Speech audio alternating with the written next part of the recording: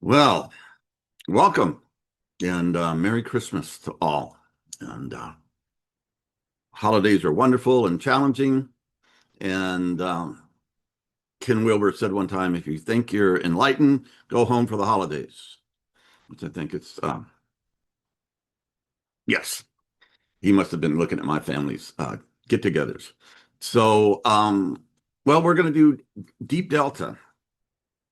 It's a 40-minute track. And as advertised, it takes you into deep delta state, which is slow and powerful and a very deep meditative state. And when they started researching meditation and brainwaves, they thought that alpha was like the brainwave state for meditation. And then and then it found theta and they found delta. So deltas really can get you deeply in touch with the unconscious part of yourself, higher power, if you will. It's good for spiritual work, for healing trauma and stilling the mind, and a lot. So it's very useful. And I think as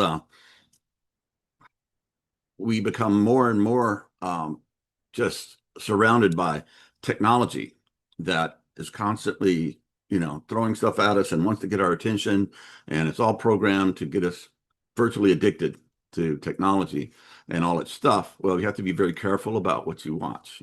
Just like you probably don't want to have a diet of junk food, even though it really tastes good, because what'll happen? Well, it'll destroy your health and your mind too, probably. So we have to be very selective about it. So again, I'm always preaching about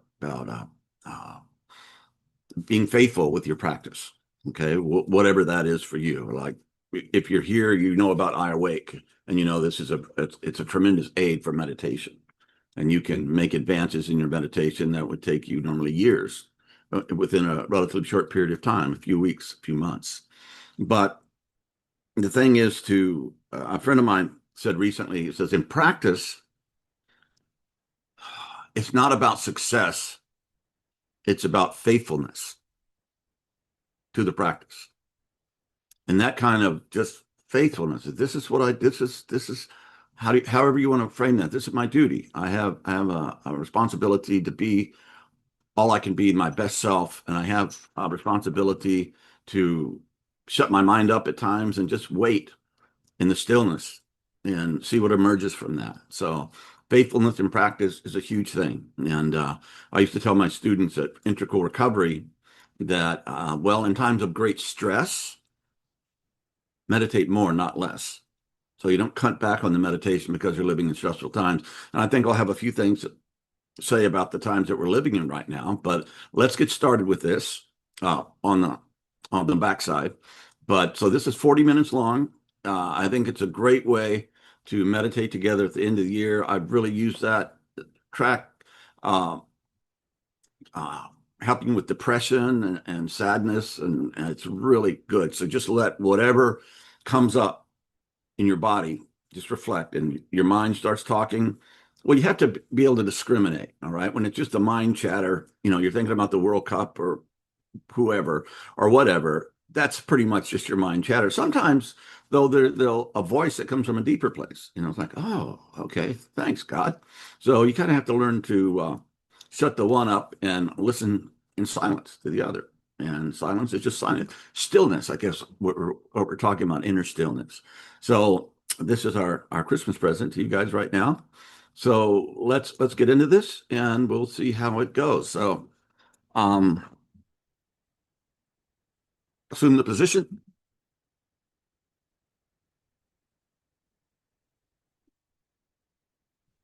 All right. Relax your body, relax your jaw, relax your gut, your butt, your knees, your thighs, your feet, your tongue. Okay. Let's rock it.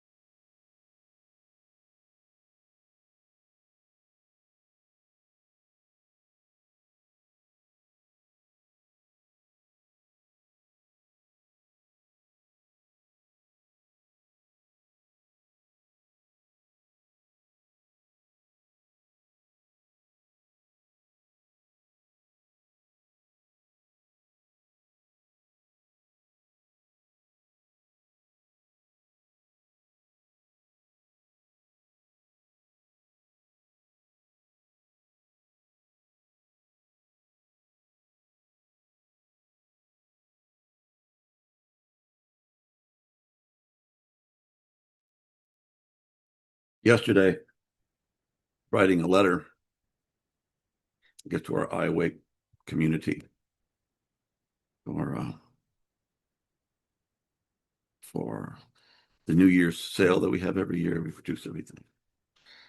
And the first line was, 2025 sucked, and I think that's a good summary of the year. And but there are reasons to think, to hope that things will get better. I'm starting to see that. And Christmas is a big deal. It's I think it's the most celebrated, beloved Christian holiday. And even people that aren't Christians in our country celebrate Christmas because it's a time of love and giving, and the whole story of Jesus. Unto us a child was born, came into the world to teach us about the kingdom of God, to teach us about how to live and how to love one another. More important than it's ever been. And in my country, we're becoming more and more unchristian in how we treat the poor and the immigrant and the poor in other lands and the poor in our own country. We're cutting off support for healthcare for people that desperately need it. At the same time, holding up the Bible and saying, holy, holy, holy. We're the ones. We got Jesus. And I don't think they got Jesus. And talking to a man the other day, he said that he's met a lot of Christian atheists, and he's met a lot of Christians who are not. What's more important is the dogma or the doctrine that you cling on to, makes you sure that you're okay, that you're better than everybody else, or how you treat the least among us, the most needy among us. And in Matthew 25, Jesus said, take care of the poor, take care of the prisoners, take care of the addicts, take care. That's what Christians do. We're supposed to be a blessing to the world, not add to the hatred and the division. It's pretty clear. Read the Sermon on the Mount, Matthew 5, 6, and 7, Gospel of Matthew 5, 6, and 7. See what Jesus said.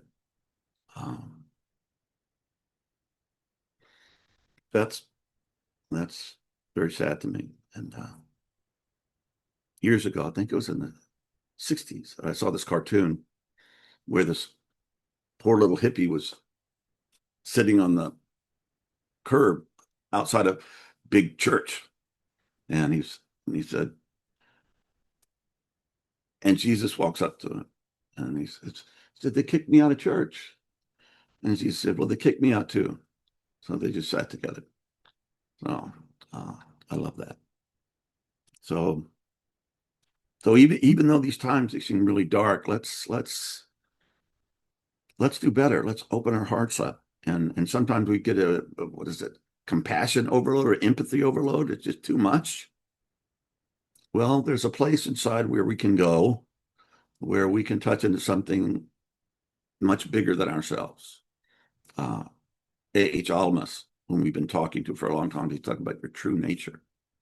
And in that place, expansive place, all the pain of the world becomes much more manageable. And see, essentially,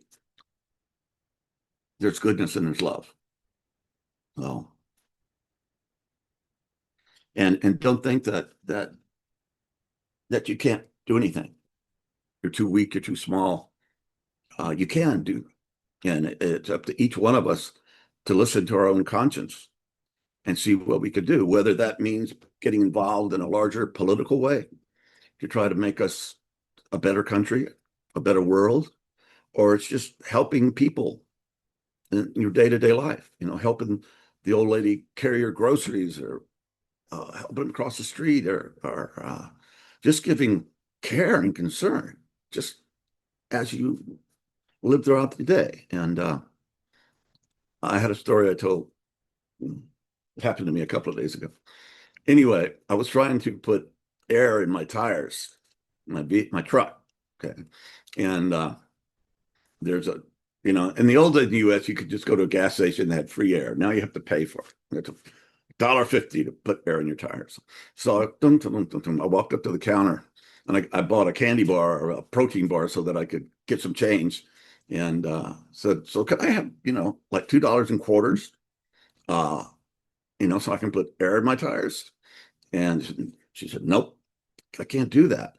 And I went, forget it. And I put down the protein bar, and I kind of huffed my way out. And then I went to a bank and got some change and came back to put air in my tires.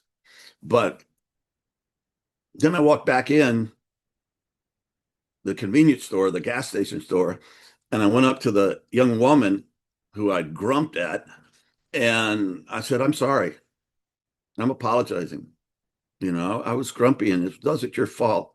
And she said, well, that's okay. I said, no, it wasn't. And I really apologize. And she says, okay. And that was good for me. And we need to do that.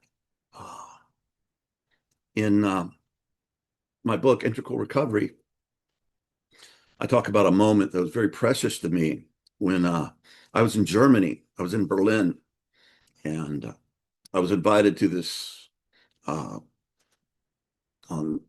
Unter den Linden, the biggest street in Berlin. And they were having giving a talk. Somebody was a psychologist or something, and my German's okay, but it was not enough to follow the talk. And I was sitting at the table with some very, accomplished citizens of Germany, people, and a man next to me who is apparently on the board of some huge organization that help people. And he said, you Americans, my grandfather, grandmother, and family members were in Dresden when you firebombed Dresden, and they all died. These American bombs. I said, I'm sorry. We didn't need to do that. That didn't help destroy Hitler or the Nazis or anything. That just slaughtered innocents. And we hugged, and tears were coming out of my eyes, and it wet his neck.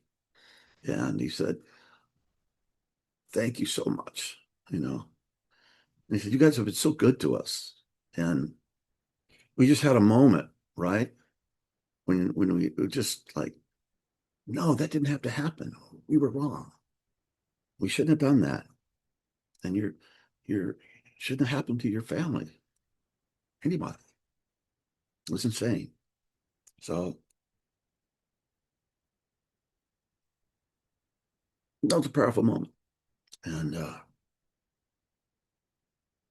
so we can do that. We say we're sorry and clean up our messes. That's a big part of recovery, 12-step program. You got to go back to all the people you hurt. And whether you're an addict or not, we all do unkind things sometimes. And we need to, just sometimes apologizing or cleaning it up it opens the heart up for both people. And sometimes maybe that doesn't work, but when it does work, it's a wonderful healing moment. And yeah. And I think Jesus would want us to do that. At least that's the Jesus I understand. That's the guy that I see in the book. And yeah. So, Christian or not, Merry Christmas, Happy Holidays. We've got another journey around the sun. We have a whole new year to be better, to do better, to be more loving, to practice and work on ourselves. Because what gifts do we have to give the world? We have ourselves to give. And taking care of yourself and doing the interior work and getting through your traumas and your hatreds and your fears and all of that, and finding out, what am I called to do in this life so that I can serve, so I can be of service. Jesus said, the greatest among you is the servant of all.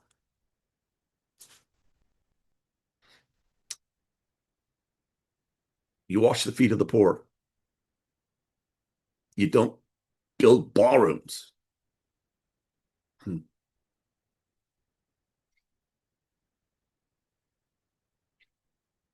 Yeah. So one thing I learned as a young man, I didn't know what I was supposed to do with my life.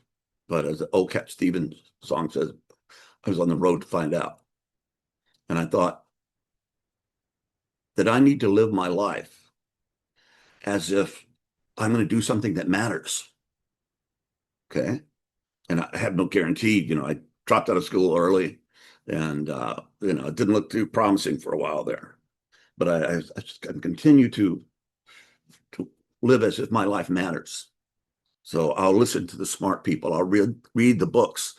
I'll take care of my body, my mind. And so maybe I have a calling. And I don't know. You can say what you will, but that was a good way to live. And there's an old Protestant hymn that says, ready to serve, ready to stay, ready my place to fill, ready for service, small or great, ready to do God's will. So if it's a small thing, just a small calling to be kind, to help people that need it, to speak the truth, the power, whatever that might be, find out and be willing to do it. Whether it's just because you never know what's going to make a change. And we can't be responsible for the change. We can just do our part, whatever that is. And God handles the rest. Okay, that's the big picture. We can't do it, but we can do what we're supposed to do. Okay. Find out what we're supposed to do. Take care of ourselves. Spend time in interior prayer every day and meditation. Read the good books. Listen to the smart people. Feed your mind with good things and not just internet trash. Not good for you. Not good for me. So I hope you're having really blessed holidays. And for those of you who aren't, well, my heart goes out to you. Okay. Because not everyone has, they used to call it in the US Kodak Christmases, the beautiful Christmas trees and the happy families and all the, grandparents and children all excited about being there and their present. A lot of us don't have that. We don't get that kind of Christmas. So may love and Jesus be with you in your Christmas, and may you find the love that you need, and may we all find the love that we need to give and do better this coming year. So Merry Christmas, God bless, and thanks for hanging out.